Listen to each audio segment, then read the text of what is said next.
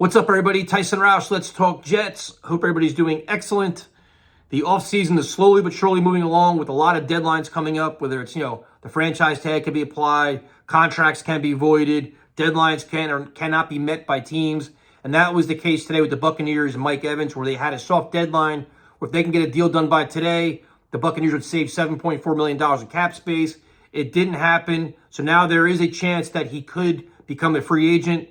All along throughout this process, the Buccaneers have said they want to make Mike Evans a Buccaneer for life. They have to prove it. And a part of you wonders if he's waiting to see if they get Baker Mayfield done first before he returns. Definitely a possibility. So there is some time for this to all work out. But if he does become a free agent, to me, that's really interesting because he's kind of a guy that I think would fit right in the Jets window where, if you go for a T. Higgins, a guy that's very young, or a Michael Pittman, a guy that's young, they're probably looking for huge money and a 5-year deal.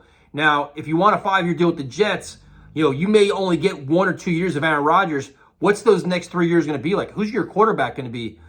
So that uncertainty could scare some guys away. Mike Evans, while still a very good player, 6'5", speed, had some drop issues this year, but still a very high-level player, a Hall of Fame player. He may, at the tail end of his career, he may be willing to take a 2-year deal to come to the Jets and play with Rodgers, where other guys may not be willing to do that.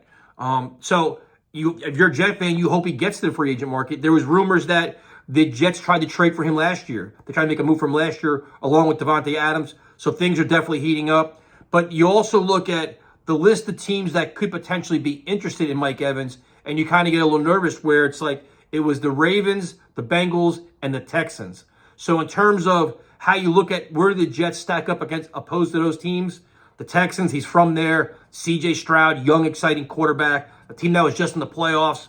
Joe Burrow and the Bengals. Even though Burrow got hurt, Burrow is one of the best in the game. Lamar Jackson and the Ravens. And the thing is, you look at the teams, but you look at the quarterback, you also look at the coach. The coach is established. DeMeco Ryans, a lot of players like him. So it's going to be really interesting to see how the Jets are perceived league-wide in terms of their front office, the coach, and playing with Aaron Rodgers. Another name that's getting mentioned a lot is Calvin Ridley, where it appears the Jaguars will not tag him. And also, if they re-sign him, the compensation goes from a 3rd-round pick to a 2nd-round pick. That makes it interesting. Do they want to give a 2nd-round pick and give up big money to keep him? Another player that, he had a big year last year coming off a suspension. A lot of Jaguar fans were not happy with all the drops he had, and inconsistency. But maybe that's just wiping off the rust of his game and getting acclimated to Trevor Lawrence and everything else and the speed of the game. And maybe you figure he could have a much bigger year this year and going forward. But again, it's like, what is he looking for in terms of money and just as an organization and a culture? Michael Pittman Jr., a guy that I love, but it looks like the Colts are considering tagging him.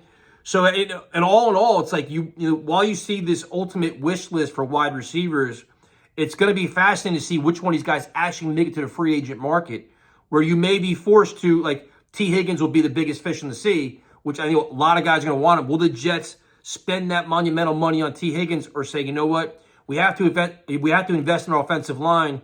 We'll make a push for Evans. They can look at Tyler Boyd, Curtis Samuel, go for the mid-tier guys, and bank on Aaron Rodgers making them better. So stay tuned for this. It is going to be interesting. A lot of rumors about guys that could be cut. The Chargers got Mike Williams and Keenan Allen.